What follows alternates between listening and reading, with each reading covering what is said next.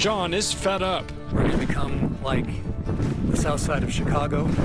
Despite billions of dollars spent across LA County for the homeless, he believes more and more people are living on the street. What we're seeing now is no accountability, and there's no results.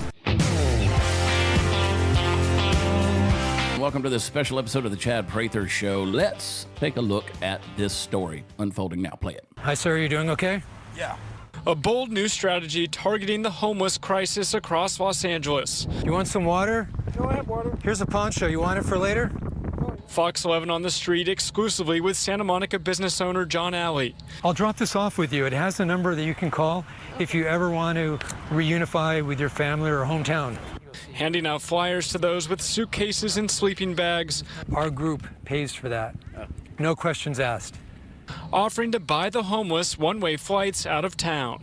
I'll leave this here with a phone number. If you want a free plane ride, we just need to know that where you're going, there'll be somebody there that will help you. John is fed up. We're going to become like the south side of Chicago. Despite billions of dollars spent across LA County for the homeless, he believes more and more people are living on the street. What we're seeing now is no accountability, and there's no results. It's paid for. So far in the first week of this effort, It's a reunification. We feel 2 people living in Venice have seen the flyers and called, hoping to be flown to Seattle, where family is. you might be better off there and get more help and services than here. Some people thankful for the offer, We'll get you the transportation. others not so much. I wanted to hand this out. Okay. John's goal now to spread this message to homeless people across LA before they get stuck in a cycle. If we can get to them before 2 years, before they get hooked on drugs, take care. Be safe out here. Flights to loved ones he believes would be cheaper and more effective than putting people into temporary housing. We'll keep that. I'm glad we came at the right time. All right. I'd love to hear what everybody's thoughts are on that. Drop a comment down below. One-way tickets. I don't know if you've ever noticed how the people who are actually running California, like the politicians, are living in a fantasy novel, but in Tolkien, it's more like Hunter S. Thompson's drug trip, Fever Dragons.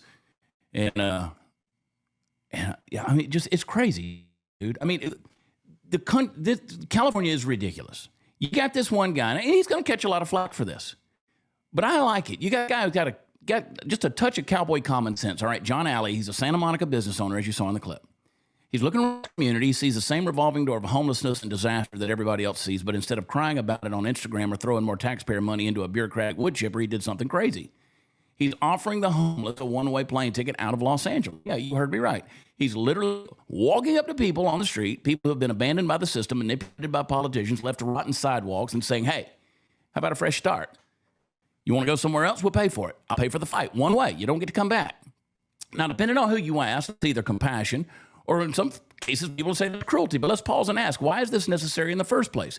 Because LA's so-called leaders, man, I use that word loosely, they're not offering solutions. They're offering slogans. Billions of dollars have been shoveled into the furnace, housing first and harm reduction. But what do we have to show for it? You see these images right here.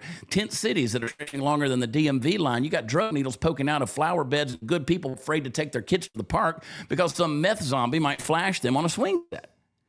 Now, meanwhile, politicians are going to throw up their rainbow flags and give each other awards and tell you how nuanced the homeless crisis is. It's not nuanced. It's incompetence with a good PR firm. And along comes a guy like John Alli saying the quiet part out loud. If you reach these folks before they get swallowed up in addiction, prostitution, despair, and death, there's still hope. It's not cruelty, folks. I believe this is clarity and charity. And here's what's really grinding the gears of the progressive elite. Alli's exposing the truth that they don't want to fix the problem. The homeless crisis is their cash cow. I said it, it's their cash cow. They make money off of it. It's how they virtue signal, how they funnel money to nonprofits, the NGOs that conveniently hire their friends, and now they keep voters distracted while the city collapses under the weight of fentanyl, filth, and failed ideology. You know, the Santa Monica Coalition, funded by private donors, not government slush funds, backs this program. No red tape, no taxpayer squeeze, just private citizens stepping up to where the government shrugs. And you think that'd be celebrated, but instead Alli's being painted as some sort of villain. Why? Because in leftist land, doing something effective is the real crime. See, if you actually help people escape the system loses freaking control. Now, let me break it down real clear. This isn't just about getting a few folks off the street. This is a referendum on the entire progressive governance model. When a regular man with a plan does more in a week than a city council has done in a decade, it proves the system isn't broken. It's rigged to fail, because failure feeds the machine. Failure justifies the next billion-dollar bond. Failure is how they stay in power. John Alli's one-way ticket idea is a simple, voluntary, and listen, and it treats the homeless like human beings with agency, something the left claims, but they say they champion that, but they never actually practice that. You offer a man a way out. You treat him with a dignity, not with a prop for a political campaign. He's saying, hey, there's another place you can go get help. I'll help you get there. If you reunite with family and friends, a support system will help you get there. So naturally, the woke mob's going to try to destroy him. They're going to call it inhumane, even as their own policies turn LA into a third world horror show with Whole Foods. Now, let me ask you this. What's more humane, giving somebody a chance and a choice to start over in a place where they're not surrounded by despair and addiction, or letting them rot to death in a sleeping bag under a freeway with a Narcan kit in voter registration forms? We got to stop pretending that feelings are more important than the facts, folks. That's the bottom line. The performative empathy matters than results. And they believe that. Letting people slowly die in squalor is somehow kind. I say good, John Alli. Good on the donors backing this up, and good on every American who's waking up and saying enough with the slogans, let's get results. If the government won't do it, the people will, and that might just be the most American thing about the whole damn story. One-way ticket to freedom, I'll book the next flight. Now, let's talk a little bit about the guy who causes the problem, the guy Gavin Newsome, who's suing Fox News right now for $800 million, said he was misrepresented. Governor Hair Grease misrepresented in these fires recently. So he's going to sue Fox News in his $800 million temper tantrum. Play the clip. Fox News. I just filed a lawsuit against Fox News for lies, for deceit, for misrepresentation. Enough of their lies. Crying? We'll see them in court. Going after media. Is a dude crying with his puffy? Look at him. Is he crying? Is Gavin Newsome crying? You can't make up the theatrics, Governor Hair Gel. He just filed an $800 million lawsuit against Fox News. And folks, I got to say, this might be the most California thing since kale-wrapped avocado toast on a Tesla dashboard. $800 million. I thought Gavin Newsom's ego already cost California enough, what with the tax hikes and the rolling blackouts and the fires and the U-Haul shore fleeing his godforsaken state like it's Chernobyl with better weather. But now he wants to bankrupt a news network because they committed the ultimate sin. They hurt his feelings. He's crying. King Slick wants nearly $1 billion because Fox News dared to criticize how he handled these fires. The golden boy of progressive failure says it's for misinformation, but let's get real. It's for ego. It's because the truth stings when you've spent your whole career airbrushing your legacy with media fluff pieces and Vanity Fair spreads. Gavin Newsome isn't suing for justice, he's suing for silence. This is Lawfare 101. Weaponize the courts to punish your critics and chill speech you don't like. It's the same playbook used by Banana Republic dictators, except they don't usually do it while sipping Napa Valley wine and pretending to be presidential while having dinners while everybody else is locked away and shut down in quarantine when he's dining in French Laundry.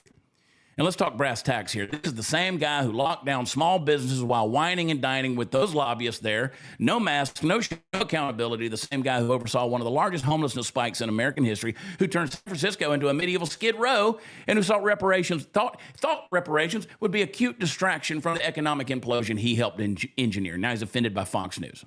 But if Fox News were lying about you, you'd be thrilled. The fact that it bothers you this much tells me they're probably right over the target. He's suing Fox News like an arsonist suing the fire department for showing up too loudly.